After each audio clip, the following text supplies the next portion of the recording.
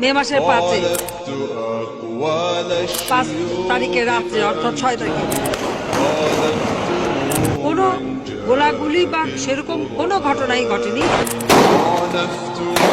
গায়ে লাল রং লাগিয়ে পড়ে আছে, যখন পুলিশ যে ডাক দিচ্ছে উঠে দৌড় মারছে, লাশ দৌড় মারলো।